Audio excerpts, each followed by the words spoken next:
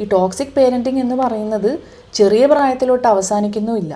മുതിർന്ന അഡൽട്ടായിട്ടുള്ള ആൾക്കാരുടെ ജീവിതത്തിലേക്കും ഒരുപാട് കടന്നുകയറ്റങ്ങളും ഇൻവോൾവ്മെൻറ്റും കുറ്റപ്പെടുത്തലുകളും ഓവർ ഇൻവോൾവ്മെൻറ്റും അതിർത്തിയില്ലായ്മയും ഒക്കെ ഈ ടോക്സിക് ആയിട്ടുള്ള പേരൻറ്റിങ്ങിൻ്റെ ഭാഗമായിട്ട് ഒരുപാട് സംഭവിക്കുന്നുണ്ട്.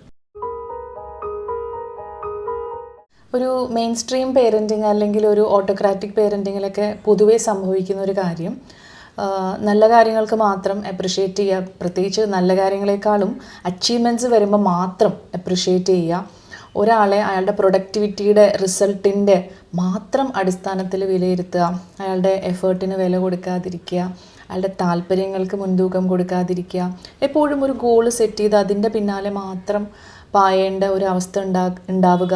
ഈ ഗോൾ എന്ന് പറയുന്ന ഒരു പക്ഷേ ആ കുട്ടിയുടെ താല്പര്യത്തിന് അനുസരിച്ചുള്ളതായിരിക്കില്ല, അതൊരു പക്ഷേ ഒരു പേരൻറ്റിൻ്റെ താല്പര്യത്തിൽ മാത്രം അധിഷ്ഠിതമായതൊക്കെ ആയിരിക്കാം.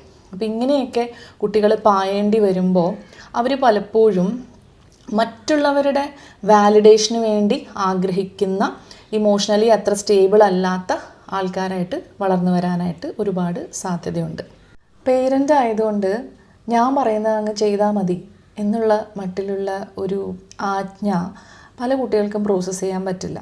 അവരൊരു കാര്യം ചെയ്യണമെങ്കിൽ അവർക്ക് ചിലപ്പോൾ അത് ബോധ്യപ്പെടണമായിരിക്കും അതിൻ്റെ ലോജിക്ക്. അപ്പോൾ അവർക്ക് ചോദ്യങ്ങൾ ചോദിക്കാനും അല്ലെങ്കിൽ ഡിസ്കഷനും ഒക്കെ ഉള്ളൊരു വേദി ഒരുക്കുക എന്നുള്ളത് ജെൻറ്റിൽ പേരൻറ്റിങ്ങിൻ്റെ ഒരു രീതിയാണ്. അത് വളരെ ജനാധിപത്യപരമായൊരു സമീപനവും കൂടിയാണ് കുട്ടികളോടുള്ള. ജീവിതത്തിൽ ഒരുപാട് തവണ സംഭവിച്ചതുകൊണ്ടോ അല്ലെങ്കിൽ ഒരുപാട് ശതമാനം കണക്കുകൾ ഇതിനെയൊക്കെ പറ്റി ഉള്ളതുകൊണ്ടായിരിക്കും നമ്മളിതൊക്കെ സിനിമയിൽ കാണുന്നത്. മുൻപും സിനിമകളിൽ ഇത്തരം കാര്യങ്ങളൊക്കെ കാണിച്ചിട്ടുണ്ട്. ചാക്കോ മാഷ് എന്ന് പറയുന്നത് അതിന് ഒരു ഉദാഹരണമാണ്. ഇപ്പം ഏറ്റവും പുതിയൊരു ഉദാഹരണം എക്സ്ട്രാ ഡീസൻ്റ് എന്ന് പറയുന്ന ഒരു സിനിമയിൽ ആമിർ പള്ളിക്കൽ സംവിധാനം ചെയ്ത, അപ്പോൾ അതിലുള്ള ക്യാരക്ടറിൻ്റെ പല പ്രശ്നങ്ങളും ഡെവലപ്പ് ചെയ്യുന്നത് ഈ ടോക്സിക് ആയിട്ടുള്ള പാരൻറ്റിങ് രീതികൾ കൊണ്ടാണ്. ഈ ടോക്സിക് പേരൻറ്റിങ് എന്ന് പറയുന്നത് ചെറിയ പ്രായത്തിലോട്ട് അവസാനിക്കുന്നുമില്ല. മുതിർന്ന അഡൽട്ടായിട്ടുള്ള ആൾക്കാരുടെ ജീവിതത്തിലേക്കും ഒരുപാട് കടന്നുകയറ്റങ്ങളും ഇൻവോൾവ്മെൻറ്റും കുറ്റപ്പെടുത്തലുകളും ഓവർ ഇൻവോൾവ്മെൻറ്റും അതിർത്തിയില്ലായ്മയും ഒക്കെ ഈ ടോക്സിക് ആയിട്ടുള്ള പേരൻറ്റിങ്ങിൻ്റെ ഭാഗമായിട്ട് ഒരുപാട് സംഭവിക്കുന്നുണ്ട്. നിത്യജീവിതത്തിൽ ഒരു കാര്യം എടുക്കുകയാണെങ്കിൽ, ഇപ്പം കല്യാണം കഴിച്ചു പോയിട്ടുള്ള ഒരു മകളാണ്, പക്ഷേ രാവിലെ തൊട്ട് ഉച്ച വരെയുള്ള സമയം ഒരു അമ്മ മകളെ വീഡിയോ കോൾ ചെയ്ത് സംസാരിച്ചുകൊണ്ടിരിക്കുകയാണ്. അതായത് ഹാഫ് എ ഡേ അഡൽട്ടായിട്ടുള്ള ഒരു മകൾ അമ്മയോടാണ് ഏറ്റവും കൂടുതൽ സംസാരിക്കുന്നത്. അപ്പോൾ അങ്ങനെയുള്ള ആൾക്കാർക്ക് അവർക്ക് ജീവിതത്തിൽ ഫ്രണ്ട്സിനെ വേണം എന്ന് തോന്നില്ല. അവരുടെ പാർട്ട്ണറിൻ്റെ ലൈഫിലേക്ക് സുഹൃത്തുക്കൾ വരുമ്പോൾ അവർക്കത് പലപ്പോഴും അംഗീകരിക്കാൻ പറ്റില്ല. എല്ലാ കാര്യങ്ങളും അവർ പേരൻറ്റിനോട് മാത്രം ചോദിച്ച് ചെയ്യുന്ന വളരെ ഡിപ്പെൻഡൻ്റ് ആയിട്ടുള്ള ഒരു സമീപന രീതി വരികയാണ്. ഇനി ഇവിടെ ഒരു പ്രശ്നം എന്താണെന്ന് പറയുന്നത്, ഇപ്പം അവർക്ക് ചിലപ്പോൾ സ്വന്തമായിട്ട് തീരുമാനം എടുക്കണമെന്നും കാര്യങ്ങൾ ചെയ്യണമെന്നൊക്കെയുള്ള ആഗ്രഹങ്ങൾ കാണും. പക്ഷേ അങ്ങനെ ചെയ്യുമ്പോൾ ഒരു പേരൻറ്റ് ടോക്സിക് ആണെങ്കിൽ അവർ ഈ അഡൾട്ടായിട്ടുള്ള ആൾക്കാർക്ക്, മക്കൾക്ക് അവർ ഒരു സൈലൻറ്റ് ട്രീറ്റ്മെൻറ്റ് കൊടുക്കുക, അവരോട് ദേഷ്യം കാണിക്കുക, അവരിൽ ഗിൽട്ട് അല്ലെങ്കിൽ കുറ്റബോധം ജനിപ്പിക്കുന്ന വിധത്തിലുള്ള ആരോപണങ്ങൾ ഉന്നയിക്കുക, അല്ലെങ്കിൽ ഇവരെ പറ്റിയുള്ള പ്രശ്നങ്ങൾ മറ്റുള്ള ആൾക്കാരോട് ചർച്ച ചെയ്ത് ഇവർക്ക് ഒരു ഹെൽപ്ലെസ് സിറ്റുവേഷൻ ഉണ്ടാക്കുക, അങ്ങനെയൊക്കെയുള്ള ഒരുപാട് കാര്യങ്ങൾ നടക്കുന്നുണ്ട്. അപ്പോൾ ഈ കാര്യങ്ങളുടെയൊക്കെ ഒരു ഇംപ്ലിക്കേഷൻ എന്ന് പറയുന്നത് നമുക്ക് വേണ്ട കാര്യവും നമ്മൾ ചെയ്യുന്ന കാര്യവും തമ്മിൽ മാച്ച് ഇല്ലാതെ വരുമ്പോൾ നമുക്കൊരു കോൺഫ്ലിക്റ്റ് വിത്ത് സെൽഫ് എന്ന് പറയുന്ന ഒരു അവസ്ഥ ഉണ്ടാവും. അതിനെ കോഗ്നിറ്റീവ് ഡിസൊനൻസ് എന്ന് പറയും. അതാണ് ആങ്സൈറ്റിയുടെയും വിഷാദത്തിൻ്റെയൊക്കെ ഒരു സ്രോതസ്സ്. പ്രാഥമികമായിട്ട് ഈ കോഗ്നിറ്റീവ് ഡിസൊനൻസ് ആണ്.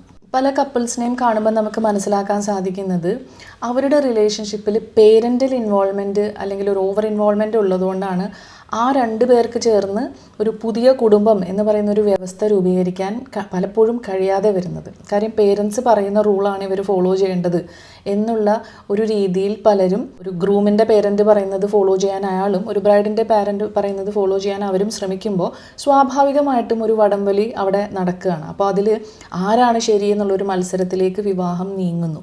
നേരെ മറിച്ച് ഇവർ രണ്ടുപേരും ചേർന്ന് ആണ് പുതിയതായിട്ട് അവരുടെ കുടുംബ വ്യവസ്ഥയ്ക്ക് അനുസരിച്ച് അവരുടെ താല്പര്യങ്ങൾക്കനുസരിച്ച് റൂൾസ് ആൻഡ് റെഗുലേഷൻസ് ഉണ്ടാക്കുന്നത്, അല്ലെങ്കിൽ ഡിസിപ്ലിന് വേണ്ട കാര്യങ്ങൾ ചെയ്യുന്നത്, അല്ലെങ്കിൽ എൻ്റർടൈൻമെൻറ്റിന് വേണ്ട കാര്യങ്ങൾ ചെയ്യുന്നതെങ്കിൽ അവർക്ക് കുറേ കൂടെ പീസ്ഫുള്ളായിട്ട് പല കാര്യങ്ങളും ചെയ്യാനായിട്ട് സാധിക്കും.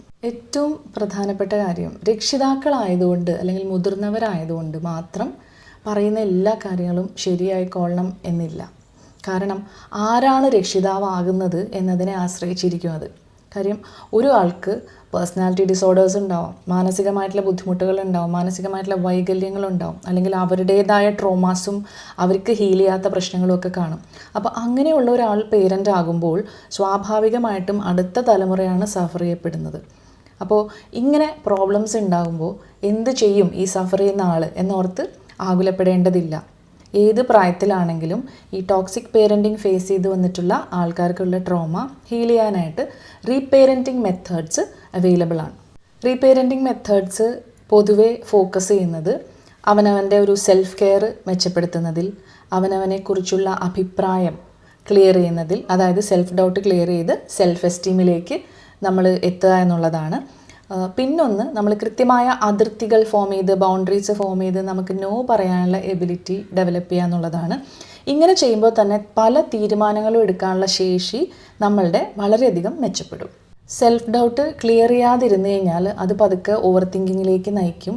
അത് നമ്മളെ വളരെ പ്ലീസേഴ്സായിട്ട് മാറ്റും. അപ്പോൾ നമ്മൾ ഭയങ്കര ഫ്രസ്ട്രേറ്റഡ് ആയിരിക്കും. നമുക്ക് ഒരിക്കലും ഒരു സമാധാനമായിട്ടിരിക്കാനോ റിലാക്സ് ചെയ്യാനോ പറ്റാത്തൊരവസ്ഥ എത്രയൊക്കെ സന്തോഷത്തിൻ്റെ ഇടയിലിരുന്നാലും നമുക്കത് കിട്ടാതെ വരുന്നു. ഇപ്പോൾ പേരൻറ്റിങ് എന്ന് പറയുന്നത് എല്ലാവർക്കും ഒരുപോലെ അല്ലാത്ത പോലെ തന്നെയാണ് റീപേരൻറ്റിങ് എന്ന് പറയുന്നതും വളരെ ഇൻഡിവിജ്വലൈസ്ഡ് ടൈലർ മെയ്ഡ് ആയിട്ടുള്ള ഒരു കാര്യമാണ്. അത് ഒരാളുടെ പേഴ്സണാലിറ്റിയുടെ കാര്യങ്ങൾ അസസ് ചെയ്തിട്ട് അയാളുടെ ഡിഫിക്കൽട്ടീസ് എന്തൊക്കെയാണെന്നുള്ളത് മെഷർ ചെയ്തിട്ട് അതിന് വേണ്ട രീതിയിലാണ് റീപാരൻറ്റിങ്ങിന് ആവശ്യമായ തെറപ്പിയും അല്ലെങ്കിൽ അതിൻ്റെ മെത്തേഡ്സും ഒക്കെ തീരുമാനിക്കേണ്ടത്. ഓർമ്മിക്കുക, മുതിർന്നവരാണ് എന്നുള്ളതിൻ്റെ പേരിൽ ഒരു കാരണവശാലും നമ്മളൊരു ഇമോഷണൽ അബ്യൂസ് ടോളറേറ്റ് ചെയ്യേണ്ടതില്ല.